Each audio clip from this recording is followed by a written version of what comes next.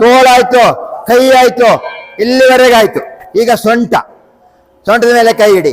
1 2 3 4 5 6 7 8 9 10. ನೋಡಿ, ಇದು ಅತಿ ದೊಡ್ಡ ಜಾಯಿಂಟ್ ಇದು ಸೊಂಟದಲ್ಲಿ, ಆಯ್ತಾ? ಆ ಜಾಯಿಂಟ್ ಚೆನ್ನಾಗಿ ಆಕ್ಟಿವೇಟ್ ಆಗಿ ಇದ್ದು ಬಿಟ್ರೆ ನಮ್ಮ ಶಕ್ತಿ ಹೆಚ್ಚಾಗುತ್ತೆ, ಉದಾಸೀನತೆ ಅನ್ನೋದೇ ಇರೋದಿಲ್ಲ. ನೋಡಿ, ಸೊಂಟದ ಮೇಲೆ ಕೈ ಇಟ್ಕೊಳ್ಳಿ, ಹಿಂದೆ ಮುಂದೆ. 1 2, ಜಾಗ್ರತೆ, ಹಿಂದೆ ಬಿದ್ದು ಬಿಟ್ಟಿರಿ. 1 2 3 4 5 ಮಾಡಬೇಕು. 6 7 8 9 10. ವೆರಿ ಗುಡ್, ಚೆನ್ನಾಗಿ ಮಾಡ್ತಾ ಇದ್ದೀರಿ. ಕೊಡಬೇಕು. ನೋಡಿ, ಸದಾ ಚಲಿಸುವ ಮನಸ್ಸನ್ನು ನಿಲ್ಲಿಸು, ಸದಾ ನಿಂತಿರಲು ಬಯಸುವ ಶರೀರವನ್ನು ಚಲಿಸು. ಇದೇ ಯೋಗ, ಗೊತ್ತಾಯ್ತಾ? ವರ್ಷ ನಮ್ಮ ಮನಸ್ಸು ಏನು ಹೇಳುತ್ತೆ? ಯೋಚನೆ ಮಾಡೋದೇ ಕೆಲಸ ಅದಕ್ಕೆ ಅಲ್ವಾ? ಅದು ನಿಲ್ಲಬೇಕು. ಶರೀರ ಆ ಊಟ ಎಲ್ಲ ಆಗಿದೆ, ಆರಾಮಾಗಿ ಸುಮ್ಮನೆ ಕುತ್ಕೊಂಡ್ಬಿಡೋಣ ಏನಾರು ನೋಡ್ತಾ ಅಂತ ಹೇಳುತ್ತೆ. ಕೋರ್ಸ್ಬಾರ್ದು, ಕೆಲಸ ಹಚ್ಬೇಕು. ಮಾಡು ಕೆಲಸ. ನೀನು ಏನಾದ್ರು ಓದು, ಬರೀ, ಓಡಾಟ ಮಾಡು, ತಿಳ್ಕೊ ಅಲ್ವಾ? ಆಗ ಶರೀರ ಚೈತನ್ಯ ಪಡೆಯುತ್ತೆ. ನೆಕ್ಸ್ಟ್, ಚುರುಕಾಗಿರ್ಬೇಕು. ಸಣ್ಣ ಹುಡುಗರ ಹಾಗೆ, ನಿಮ್ಮ ಹಾಗೆ ನಾನಿರ್ಬೇಕು. ಅರ್ಥ ಆಯ್ತಲ್ಲ? ನಿಮ್ಮ ಹಾಗೆ ನಾನಿರ್ಬೇಕು. ನನಗೆ ವಯಸ್ಸಾಗಿರ್ಬೋದು, ಅದು ಮನಸ್ಸಿಗೆ ವಯಸ್ಸಲ್ಲ, ಶರೀರಕ್ಕೆ. ಆಯ್ತಾ? ಮನಸ್ಸು ಯಾವಾಗಲೂ ಮಗುವಿನ ಹಾಗೇ ಇರಬೇಕು. ನೋಡಿ, ಟ್ರಂಕ್ ರೊಟೇಷನ್, ಕಾಲು 1 ಅಡಿ ದೂರ ಇಟ್ಕೊಳ್ಳಿ. 1 2 3. ನೋಡಿ, ಚೆನ್ನಾಗಿ ತಿರುಗಿಸ್ತಾರೆ. 4 5, ಮಾತಾಡಬಾರ್ದು. 8 6, ಆಪೋಸಿಟ್. 1 2 3 4 5 6. ಇದು ಬೆಲ್ಲಿ ರೊಟೇಷನ್ ಅಂತ ಹೇಳ್ತೀವಿ. ಅಂದ್ರೆ ನಮ್ಮ ಸೊಂಟದ ಭಾಗದಲ್ಲಿ, ಈ ಪೃಷ್ಠ ಭಾಗದಲ್ಲಿ ಎಲ್ಲ ಕೇಶವಾಹಿನಿ ನರಗಳು ಹೀಗೆ ಬಂದಿರ್ತವೆ. ಅವುಗಳಿಗೆಲ್ಲದಕ್ಕೂ ಎಳೆತ ಬಿಗಿತ ಸಿಗುತ್ತೆ ಅದನ್ನು ಮಾಡೋದ್ರಿಂದ. ಗೊತ್ತಾಯ್ತಾ? ನೋಡಿ, ಮಂಡಿ ಮೇಲೆ ಕೈ ಇಟ್ಕೊಳ್ಳಿ. ಈಗ ಹೆಬ್ಬೆಟ್ಟು, ಎಡಗೈ ಹೆಬ್ಬೆಟ್ಟನ್ನ ಹೇಗೆ ಹಿಡ್ಕೊಳ್ಳಿ, ಎಡಗೈ ಹೆಬ್ಬೆಟ್ಟನ್ನ ಬಲಗೈಯಿಂದ ಹಿಡ್ಕೊಳ್ಳಿ. ಅದನ್ನ ಮಂಡಿ ಮೇಲೆ ಇಟ್ಕೊಳ್ಳಿ.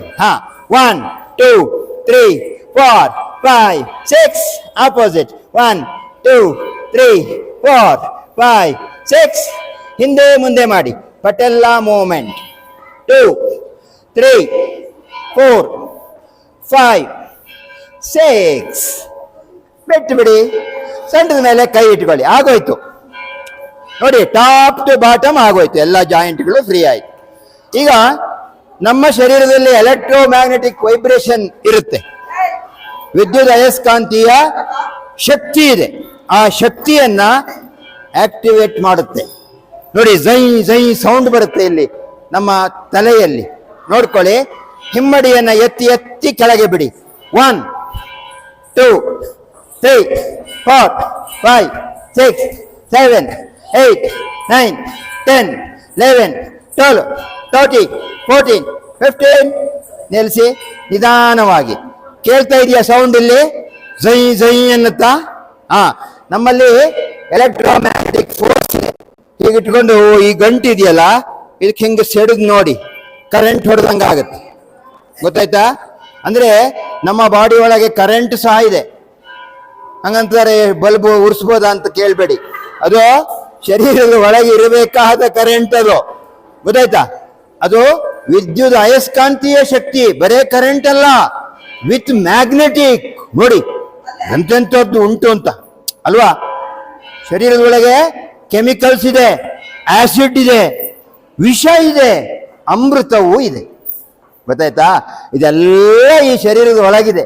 ನಾವು ಅದನ್ನ ಒಳ್ಳೆಯದನ್ನ ಮಾತ್ರ ಹೊರಗೆ ತೆಗೆಯೋದೇ ಯೋಗ. ಗೊತ್ತಾಯ್ತಾ? ಆ ಬೇಡದ್ದನ್ನ ಬದಿಗೆ ಮಾಡಿ ಕಳಿಸ್ತಾ ಹೋಗ್ಬೇಕು. ಆಗ ಉತ್ಸಾಹ ಹೆಚ್ಚಾಗುತ್ತೆ. ಈಗ ನಿಧಾನವಾಗಿ ನೋಡಿ, 16 17 18 19 20 21. ಗುಡ್. ಹೇಳಿ, ಕೈ ಮುಗಿರಿ. ಲಂ ಲಂಬೋದರಾಯ ನಮಃ. ಜೈ ಗಣೇಶ ಅನ್ಬೇಕು ಬೆಳಗ್ಗೆ ಎದ್ದ ತಕ್ಷಣ. ಯಾಕೆ? ಸಾಕು ಸಾಕು, ಮಾತಾಡಕ್ ಬಿಟ್ರೆ ನೀವು ಶುರು ಮಾಡ್ಕೊಂತೀರಿ, ಬಾಯಿ ತುಟಿ ಮರ್ತೋಗುತ್ತೆ ಮತ್ತೆ. ಸುಮ್ನಿರಿ ಸಾಕು. ಜೈ ಗಣೇಶ ಅಂದಾಗ ನಮ್ಮ ಇಡೀ ಜಗತ್ತಿಗೆ ಆಧಾರ ಮಹಾಗಣಪತಿ, ಗೊತ್ತಾಯ್ತಾ? ಮಹಾಗಣಪತಿಯೇ ಸಮಸ್ತ ಜಗದಾಧಾರಾಯ ನಮಃ ಅಂತ ಬರುತ್ತೆ. ಹಾಗೆ ಈ ನಮ್ಮ ಶರೀರಕ್ಕೆ ಮೂಲಾಧಾರಕ್ಕೆ ಅಧಿಪತಿಯೇ ಮಹಾಗಣಪತಿ, ಗೊತ್ತಾಯ್ತಾ? ಅದಕ್ಕಾಗಿ ನಾವು ಗಣಪತಿಯನ್ನ ಪ್ರಾರ್ಥನೆ ಮಾಡಿದ್ರೆ ಈ ಶರೀರಕ್ಕೆ ಯಾವುದೇ ತೊಂದರೆ ವಿಘ್ನಗಳು ಬರೋದಿಲ್ಲ. ಓಕೆ, ಈಗ ಬೈಟಾಕ್